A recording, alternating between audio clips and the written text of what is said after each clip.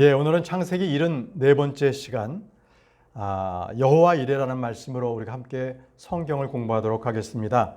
성경 구절의 말씀은 창세기 22장 14절에서 18절 말씀까지 오늘 공부하도록 하겠습니다. 자, 지금 창세기 22장에서는 하나님께서 아브라함을 시험하시려고 아브라함에게 그 독자 이삭을 저 모리아 산으로 가서 번제물로 바쳐라 이렇게 말씀을 하셨습니다.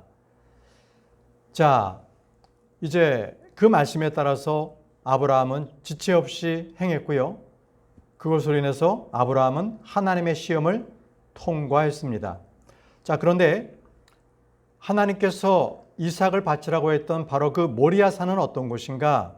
그것은 바로 훗날 예수 그리스도께서 바로 그 장소에서 십자가에 못 박혀 죽으시는 바로 그 장소가 됩니다. 물론 그 장소는 나중에 주의 성전이 솔로몬 왕 때 지어지는 모리아 산에서 지어지는 것이 또 되기도 하고요. 자, 중요한 것은 오늘 우리가 배우고자 하는 이 여호와 이레, 이것은 바로 하나님 자신이 그 아들이 번제용 어린 양이 되어서 바쳐질 것이라는 겁니다. 그래서 주님께서는 이 희생물을 어떤 동물이 아닌 자기 자신을 한 몸, 자기 자신의 몸을 한 몸을 통해서 예비하셨다고 말씀을 하셨습니다. 히브리서 10장 5절 말씀 보시면요, 이런 이유로 그분께서 세상으로 오실 때 친히 이같이 말씀하시니라. 희생제물과 제물은 당신께서 바라지 아니하시나니 당신께서 저에게 한 몸을 예비해 두셨나이다 라고 하셨습니다. 여기서 희생제물과 제물은 당신께서 바라지 않는다는 것은 동물로서의 희생제물, 제물은 더 이상 주님께서 바라지 아니하시고 한 몸, 자신의 몸을 스스로 예비해 두셨다는 것입니다. 이것을 예피하기 위해서 아브라함을 통해서 아브라함이 사랑하는 그의 아들 독자 이삭을 제물로 바치라고 하셨던 겁니다. 예표로 주신 것이죠. 여러분, 아브라함은 예언자입니다.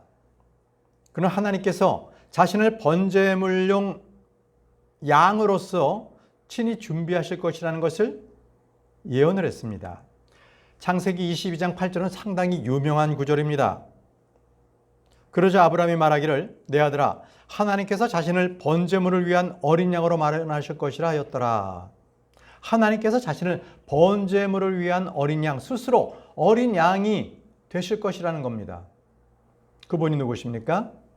바로 우리 주 예수 그리스도십니다. 자, 오늘 본문 말씀 들어가겠습니다. 창세기 22장 14절입니다. 그런즉 아브라함이 그 장소의 이름을 여호와 이레라 불렀더라. 그것은 주의 산 속에서 그것이 보여지리라 하고 오늘날까지 언급되는 것과 같더라. 자, 여호와 이레, 이것은 한 장소의 이름인데 그 뜻은 성경에 있습니다. 주의 산 속에서 그것이 보여지리라. 무엇이 보여준다는 것입니까? 그 주의 산속은 바로 모리아 산입니다. 성전이 지어질 곳, 그리고 나중에 갈보리 십자가, 그 골고다에서 갈보리 십자가가 세워지는 바로 그곳 주의 산속입니다. 그런데 그것을 여호와 이레라고 합니다. 자, 오늘 저와 여러분들은요, 이 시간에 여호와 이레란 어떤 뜻인가, 어떤 의미의 말씀인가를 배워보려고 합니다. 아주 참 중요한 거예요. 중요한 진리가 몇 가지가 있습니다. 자, 첫 번째는요, 하나님께서 자신을 향기로운 제물로 드린다는 것입니다. 자신이 더 이상은 사람들의 어떤 속죄물도 필요치 않고 자기 자신을 드린다는 거예요. 그 얘기 뭐예요? 사람들이 드린 그동안 바쳐왔던 동물들의 피는 더 이상 소용이 없다는 거예요. 불완전하다는 거예요. 그거는 완전하지가 않다는 거죠. 히브리서 10장 4절 말씀 보십시오. 이는 숫소들의 피와 염소들의 피가 죄들을 제거하는 것이 불가능하기 때문이라. 자, 숫소들의 피나 염소들의 피는 제단 앞에 바쳤던 그러한 동물의 피였습니다. 이것은 임시 방편이었던 것이죠. 온전하게 죄를 제거하는 것은 불가능했습니다. 그래서 하나님께서는요, 스스로 자신을 희생제물로서 드리기까지, 희생제물로 드리기까지 다른 희생제물은 하나님께서 기뻐하지 않으셨다는 것입니다. 이게 정확한 표현이에요. 하나님께서는 임시 방편으로 그것을 받으셨지 그걸 기뻐하지 않으셨어요. 보세요. 히브리서 10장 5절에서 7절 말씀에 이런 이유로 그분께서 세상으로 오실 때 친히 이같이 말씀하시니라. 희생제물과 제물은 당신께서 바라지 아니하시나 당신께서 저에게 한 몸을 예비해 두셨나이다. 당신께서는 죄로 인한 번제물들과 희생제물들을 전혀 기뻐해 오지 아니하셨나이다. 자, 기록된 말씀처럼 우리 주님께서는 죄로 인해서 이스라엘 백성들이 바쳤던 번제물, 어떤 희생제물들도 기뻐하지 아니하셨다고 말씀하십니다. 왜요? 하나님 스스로 자신이 번제물이 되기 위해서 오는 바로 그때, 그 제물이 될 때까지는 다른 것들은 전혀 기뻐함이 없었다는 거예요. 또한 여기서는요, 그 제물이 마지못해 어쩔 수 없이 제물이 된 것이 아니라 자발적으로 드려진다는 거예요. 그 번제물은 자발적인 의사로서 바쳐져야 된다는 것을 이미 말씀해 놓으셨습니다. 레위기 1장 3절입니다. 레위기 1장 3절에 바로 그 제물이라는 것은, 제물을 바치는 자는 자발적 의지가 있어야 된다라고 말씀하세요. 보십시오. 만일 그 제물이 솥대에서 취한 번제의 희생제물이라면 그로 하여금 흠없는 숫것 한 마리를 바치게 할지니라. 그는 자기 자신의 자발적 의지로 회중의 성막문에서 주 앞에 그것을 바칠지니라. 자, 희생제물을 바칠 때에 남들에 의해서 마지못해 하거나 어쩔 수 없이 하는 것이 아니라 분명히 자발적인 의지로 주님께 바쳐야 된다는 거예요. 그럼 생각해 보세요. 창세기 22장 8절에 이삭이 하나님께 바쳐줄 때 이삭이 몸부림을 쳤습니까? 그렇지 않았습니다. 아버지의 뜻에 따라 기꺼이 그는 희생제물이 되었습니다. 그러면 그 이후에 어린 양 예수 그리스도께서는 십자가에 달리실 때 어쩔 수 없이 십자가에 달리셨습니까? 아닙니다. 주님께서는 기꺼이 자발적인 의지로 십자가를 지셨던 것입니다. 그렇습니다.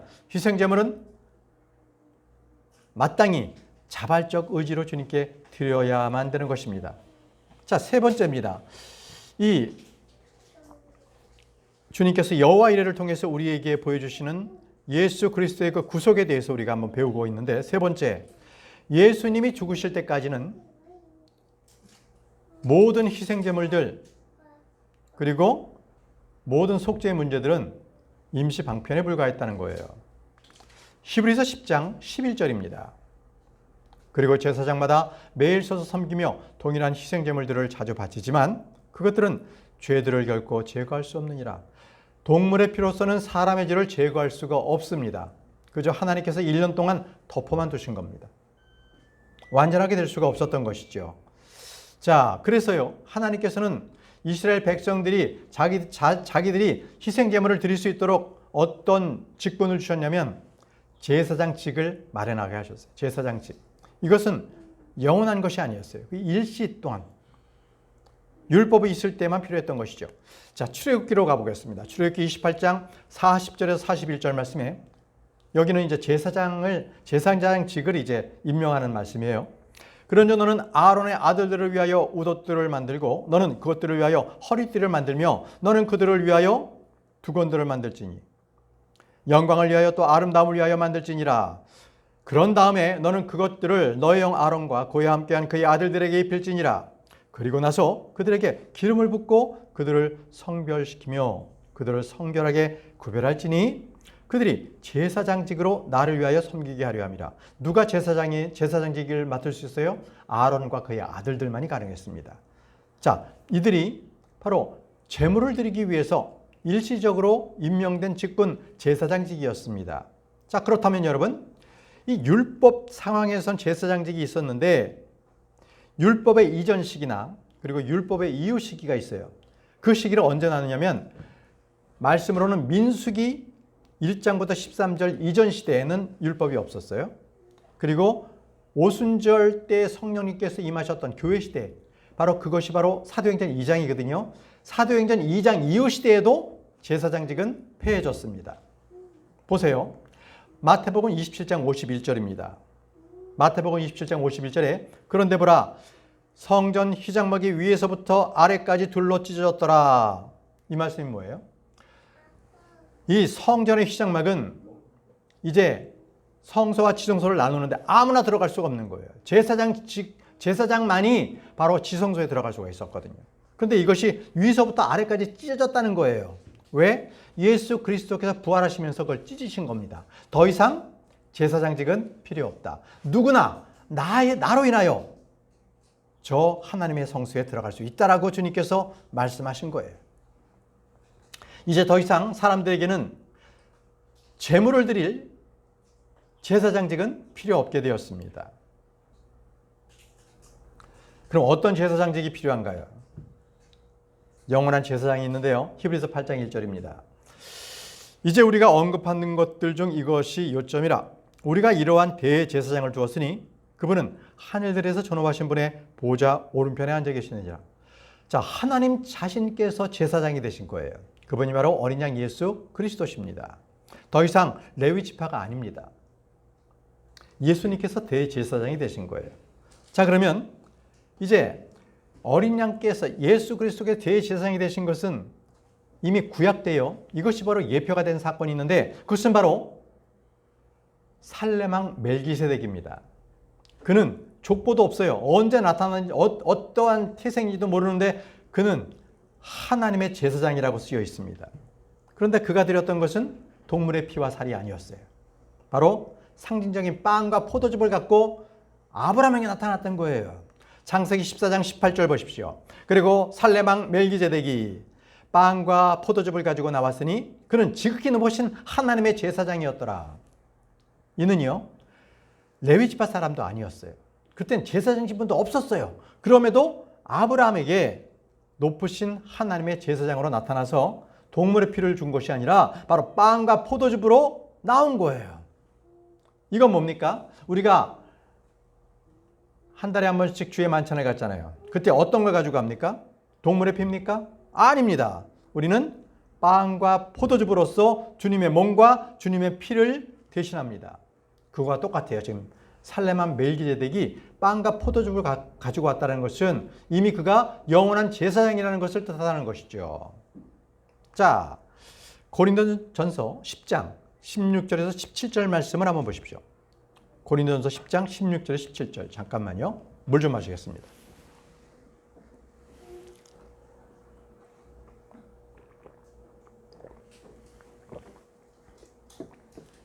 다른 얘기인데요. 어떤 이 목회를 막 시작한 목사님이 자기가 목마를 때 어떨 때 물을 마셔야 될지를 몰라가지고 선배 목사님한테 물었어요. 목사님, 언제 제가 물을 마시는 게 좋습니까? 딱 명언이에요. 네가 마시고 싶을 때 마시면 된다는 거예요. 굳이 다른 때가 필요 없잖아요. 마시고 싶을 때 마셔라는 거죠. 자, 다시 말씀 돌아가서요. 고린도서 10장 16절 17절을 말씀에는 이렇게 말씀하십니다. 우리가 축복하는 그 복의 잔, 그것은 그리스도의 피에 참여하는 것이 아니냐. 우리가 찢는 빵, 그것은 그리스도의 몸에 참여하는 것이 아니냐. 이는 우리가 만은 하나의 빵이며 하나의 몸이기 때문이라. 이는 우리 모두가 그 하나의 빵의 동참자들이기 때문이라. 여러분, 우리가 찢는 그 빵은 예수 그리스도의 몸을 예표합니다. 빵은 하나로 붙어 있는데 우리가 다 일일이 그걸 찢잖아요. 그것은 우리가 한 몸이라는 것입니다. 한 몸에 우리가 다 지체라는 것을 뜻하는 것이죠. 자, 그럼 그 포도즙, 바로 예수 그리스도의 피는요, 새 유언 언약을 선포하고 있는 겁니다. 새 유언 언약입니다. 그것을 마실 때마다. 고린도전서 11장 25절에 그분께서 만찬을 드신 후에 같은 방식으로 또한 그분께서 잔을 취하며 말씀하시기를 이 잔은 나의 피로 세우는 새 유언 언약이라. 너희가 그것을 마실 때마다 너희는 나를 기억하면서 이것을 행하라 하셨느니라. 자, 이 잔은 나의 피로 세우는 새 유언 언약이라는 거예요. 이거 동물의 피가 아니라 하나님의 피, 어린 양 예수 그리스도의 피. 그렇습니다. 점도 흠도 없는 피였습니다. 그렇기 때문에 그것은 바로 그 피는 새 유언 언약을 주님께서 말씀하고 계시는 거예요. 자, 그리고 또 이 여호와 이레가 의미하는 것이 있어요. 그건 뭐냐면 이제 더 이상 신약에서는요, 더 이상 제사장이 필요 없고 거듭난 그리스도인 모두가 제사장이라는 거예요. 자, 이제 신약의 성도들은요, 더 이상 동물을 죽일 필요가 없어요. 그러한 어떤 그 동물의 피와 그 제물은 필요하지 않다는 거예요. 보시겠습니다. 베드로전서 2장 9절 말씀. 그러나 너희는 선택받은 세대요 왕가의 제사장단이요 거룩한 민족이요 독특한 백성이로다. 이는 너희를 어둠에서 불러내어 자신의 놀라운 빛으로 들어가게 하시는 분에 대한 찬송들을 너희로 하여금 내보이게 하려 하심이라. 자, 여러분 여기서 보게 되면 너희는 선택받은 세대요 왕가의 제사장단이라고 했습니다. 저와 여러분들은 예수 그리스도를 믿으시면 이미 우리는 하나님의 제사장단이 되는 겁니다. 멜기세덱과 같은 거예요. 여러분, 왕가의 제사장단이라고 했습니다. 크리스천은요, 동물의 피가 아닌 영적 희생제물을 주님께 드리는 거룩한 제사장입니다. 베드로전서 2장 5절 말씀에 너희 역시 살아있는 돌들로서 영적인 집으로 지어지며 예수 그리스도를 통하여 하나님께 기꺼이 받아들여질 만한 영적인 희생제물들을 바치는 거룩한 제사장단이 되었느니라. 희생제물을 바치는, 영적인 희생제물을 바치는 거룩한 제사장이 됐다는 거예요. 주님께서는 더 이상 동물의 피를 필요치 않습니다. 바로 이 영적 희생물을 주님께서 기뻐하시는데 매우 기뻐하신다고 주님께서 말씀하세요. 이러한 영적 희생물을 히브리서 13장 15절에서 16절 말씀 보시면 영적 희생물이 뭔가를 말씀하세요. 영적 희생물은 찬송의 희생제물입니다. 감사를 드리는 거예요. 그것이 우리의 입술의 열매입니다. 선을 행하는 것, 나누어주는 것, 이런 것들이 다 희생제물입니다. 영적 희생제물. 볼까요? 제가 읽어볼게요. 그런즉 우리가 그분을 통하여 하나님께 찬송의 희생제물들을 지속적으로 드리자. 자, 찬송의 희생제물 나왔어요. 영적 희생제물이 무엇인지 잘 보세요. 그리고 그것은 곧 그분의 이름에 감사를 드리는 우리 입술의 열매. 감사를 드리는 것, 그것이 바로 희생제물인 거예요. 다만 선을 행하는 것과 나눠주는 것을 잊지 말자. 자, 선을 행하는 것, 나눠주는 것도 주님께서는 희생제물이라고 말씀하십니다. 이는 그러한 희생제물들로 인하여 하나님께서는 매우 기뻐하시기 때문이라. 그냥 기뻐하시는 것 정도가 아니라 매우 기뻐하신다고 말씀을 하셨습니다. 희생제물들이었어요. 과거 동물의 그 희생제물은 비할 바가 아닌 거죠. 자, 그리고 또 이 오순절에 성령이 임한 이후에 누구든지요, 그 예수 그리스도, 그 하나님의 어린 양을 받아들이는 사람은요, 모두가 다 정결하게 된다는 거예요. 그게 바로 여호와 이레의 그러한 놀라운 영적 의미가 있습니다. 하나님의 어린 양을 받아들이는 자마다 다 정결케 된다는 것입니다. 히브리서 10장 10절에서 12절 말씀에 그 뜻에 의하여 예수 그리스도의 몸이 한 번에 완전하게 드려짐을 통해 우리가 성결하게 구별되느니라. 그리고 제사장마다 매일 서서 섬기며 동일한 희생제물들을 자주 바치지만 그것들은 죄들을 결코 제거할 수 없느니라. 그러나 이 사람은 죄들로 인한 하나의 희생제물을 친히 영원토록 바치신 뒤에 하나님의 오른편에 앉혔느니라. 자, 보십시오. 예수 그리스도의 몸이 한 번 드려졌는데 바로 그것을 통해서 우리가 정결하게 되었다고 합니다. 그 뭐예요? 예수 그리스도를 믿는 자마다 우리가 정결하게 된 것입니다. 그렇습니다. 주님께서는 우리의 죄를 없애시려고 자신을 희생제물로 드리셨던 것입니다. 히브리서 9장 26절 말씀에 이제 그분께서 자신을 희생제물로 드리어 죄를 없애시려고 세상의 끝에 한번 나타나셨도다. 2000년 전에 이미 주님께서는 이 세상의 마지막 끝에 이미 나타나신 거예요. 그래서 자신을 희생제물로서 드려서 우리의 모든 죄를 깨끗하게 씻겨주셨습니다. 근데 그것을 끝이 아니라 그분께 나오는 모든 자는 끝까지 그분께서 그 구원을 이루어 주신다는 거예요. 히브리서 7장 25절 말씀에 그분께서는 자신에 의하여 하나님께 나오는 자들을 능히 끝까지 구원하실 수 있느니라. 끝까지 구원하실 수 있습니다.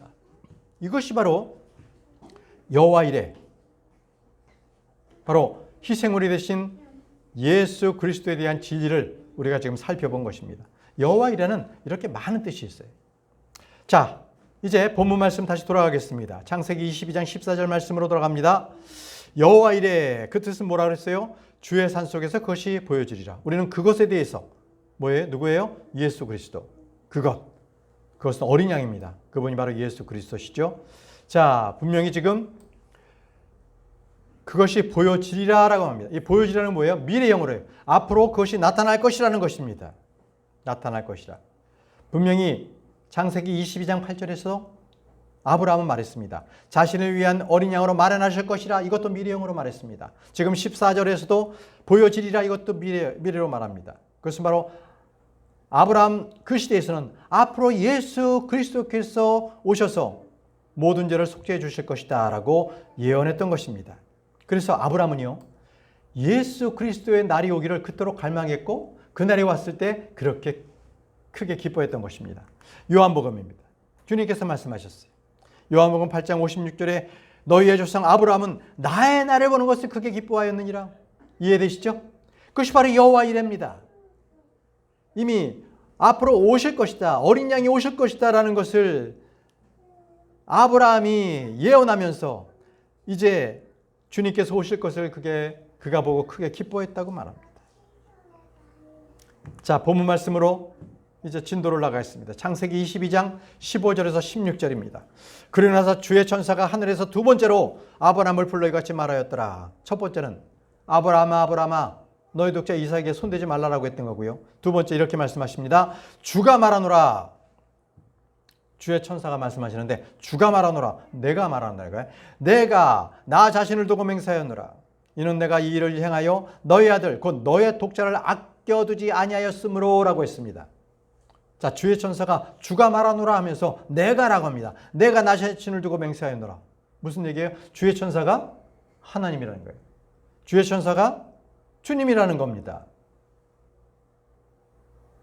그래서 이 구약 성경에서 이 주의 천사가 자신을 주라고 하는 문맥들이 나오니까 여기서 이단 종파들 있죠. 안시겔, 그 다음에 여호와의 증인, 이런 사람들은, 이런 증인, 이 종파들은 뭐라 하냐면 예수님이 하나의 천사와 똑같다. 천상의 계급과 그 정도로 같다. 그래서 뭐 미카엘이라는 그런 주장도 하고 그래요. 그게 미카엘이 예수님이다. 이렇게 하는데 그건 다 미카엘이나 가브엘이나 다 그것은 그냥 천사장이지 주의 천사가 아닙니다. 주의 천사는 예수 그리스도십니다. 그분께서 사람의 몸을 입고 현현하신 것을 바로 주의 천사라고 말씀합니다. 자, 아브라함에게 주님께서 말씀하셨어요. 내가 나 자신을 두고 맹세한다고 했습니다. 자, 나 자신을 두고 맹세한다. 이 부분에 대해서 우리가 한번 생각해 보십시다. 히브리서 6장 13절에서 14절 말씀에 주님께서 똑같이 나 자신을 두고 맹세한다고 말씀하셨어요. 이는 하나님께서 아브라함에게 약속하셨을 때 그분께서 더 위대한 일을 두고 맹세하실 수 없는 까닭에 신이 자신을 두고 맹세하시면서 이같이 말씀하셨노라 하면서 아브라함에게 복을 주세요. 내가 너에게 반드시 복 주고 복을 주겠노라. 자, 그런데 자신을 두고 맹세했다는 것을 성경에서는 해석하고 있습니다. 그분보다 더 위대하신 이는 없다는 거예요. 그렇기 때문에 하나님께서 자신을 두고 맹세를 한 겁니다. 주님보다 더 큰 사람은 없습니다. 예. 주님께서는요, 자신의 불변하는 그 언약을 맹세로서 확정해 놓으신 것입니다. 히브리서 6장 17절 말씀 보세요. 히브리서 6장 17절에 이렇게 말씀하세요. 그 점에서 하나님께서는 약속의 상속인들에게 그분의 계획의 불변함을 더욱 넘치게 보여주시려고 맹세로 그것을 확정하셨느니라. 맹세로 그것을 확정하신 거예요. 맹세까지 하신 거예요. 결코 변하지 않겠다. 자신을 두고 맹세하신 거예요. 네, 여러분, 하나님은요 아브라함의 순종을 통하여서 장차 이 땅에서 하시고자 하는 그 일을 보여주셨고요. 또 이 순종을 통해서 주님께서는 계시의 표본을 우리에게 보여주고 계신 것입니다. 자, 주님께서 또 약속해 주세요. 창세기 22장 17절에서 18절 말씀에 복으로 내가 너에게 복을 주겠으며 번성함으로 내가 너의 씨를 하늘의 별들같이 해안의 모래같이 번성하게 할 것이기 때문이라. 그런즉 너의 씨는 그 원수들의 대문을 차지하리라. 또 땅의 모든 민족들이 너의 씨 안에서 복을 받으리라. 이는 내가 나의 음성에 순종한 까닭이라. 아브라함의 순종을 인해서 하나님께서 아브라함에게 다시 한번 복을 약속하셨습니다. 그런데 복을 몇 가지 약속하셨어요? 이 말씀을 잡으세요. 4가지를 복 주셨는데요. 복 주고 또 복 준다고 하셨습니다. 또 너의 후손들을 하늘의 별들같이 해안의 모래같이 번성하게 하겠다는 거예요. 세 번째는 내 씨, 그러니까 예수 그리스도가 원수의 대문을 차지하겠다는 거예요. 네 번째는 그 예수 그리스도 안에서 모든 민족들이 복을 받는다는 거예요. 이렇게 네 가지 복을 주셨는데 우리가 여기서 한 가지, 너의 씨는 그 원수들의 대문을 차지하지라. 원수들의 대문을 차지한다는 거예요. 이 얘기 뭐예요? 원수들을 깨부셔서 그 대문을 차지한다는 거예요. 대문이 뭐예요? 오고 가는 거잖아요. 들락날락 하는 거잖아요.